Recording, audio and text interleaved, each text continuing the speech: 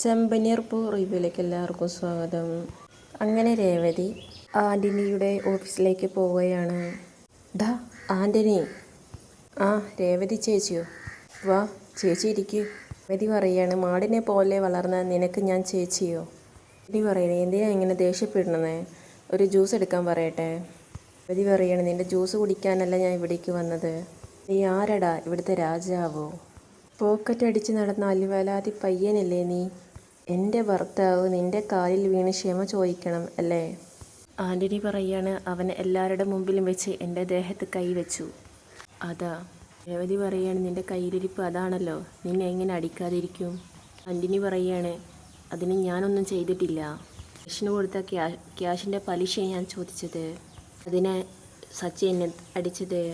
ശരത്തിൻ്റെ കൈ പിടിച്ച് ഒടിച്ചത് നിൻ്റെ കൂടെ കൂടിയത് കൊണ്ടാ ശരത്ത് ഇപ്പോൾ ഞങ്ങൾ പറയുന്നൊന്നും കേൾക്കാത്തത്, അവൻ്റെ ഇഷ്ടത്തിന് നടക്കുന്നത്. ആൻ്റണി പറയാണ്, ഞാൻ തെറ്റൊന്നും ചെയ്തിട്ടില്ല, സത്യസന്ധമായ ജോലി ചെയ്യുന്നത്. രേവതി പറയാൻ, എനിക്കറിയാം നിൻ്റെ സത്യസന്ധത.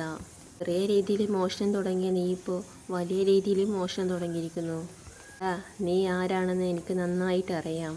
എൻ്റെ സച്ചിയേട്ടനോട് നിൻ്റെ കാലിൽ വീണ് മാപ്പ് ചോദിക്കാൻ നീ വളർന്നോടാ? അദ്ദേഹത്തിൻ്റെ കാലിൻ്റെ നഖത്തിൻ്റെ വിലയുണ്ട് നിനക്ക്.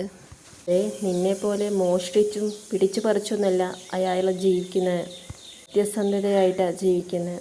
നേർവഴിക്ക് പണം ഉണ്ടാക്കിയിട്ടാണ് ജീവിക്കുന്നത്. അദ്ദേഹത്തിന് വേണ്ടി മാത്രമല്ല, അദ്ദേഹത്തിൻ്റെ കൂടെയുള്ളവർക്കും വേണ്ടിയാണ് ജീവിക്കുന്നത്. നിന്നെപ്പോലെയല്ല അദ്ദേഹം. ഇനി പറയാണ്, നിങ്ങളങ്ങനെ വിശ്വസിച്ചോ? പക്ഷേ അവൻ അങ്ങനെ ഒരുത്തനല്ല. കുടിച്ചിട്ട് കണ്ണിൽ കണ്ടവരുടെ മേലേക്ക് കയറുന്നതാ അവൻ്റെ ഹോബി. ത്തിനെ അവൻ എന്തൊക്കെ പറഞ്ഞ് എന്ന് അറിയുമോ? രേവതി പറയാണ്, ശരത്തിനെ ശാസിക്കാനുള്ള അധികാരമുണ്ട്. എന്തോ ദേഷ്യത്തിൽ ആലോചിക്കാതെ ശരത്തിൻ്റെ കൈ പിടിച്ച് ഒടിച്ചു.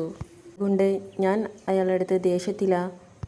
ആരെന്തു പറഞ്ഞാലും മിണ്ടാതെ കേട്ട് നിൽക്കും എന്ന് കരുതിയിടാ നീ? എന്നെപ്പോലെ മറ്റുള്ളവരെ ചൂഷണം ചെയ്ത് ജീവിക്കുന്നവനല്ല അദ്ദേഹം. അയാൾക്ക് എന്ത് സംഭവിച്ചാലും പ്രശ്നമല്ല. അയാളുടെ സുഹൃത്തുക്കൾക്ക് പ്രശ്നം ഒന്നും വരാതിരിക്കാൻ വേണ്ടി അയാൾ എന്തു ചെയ്യും?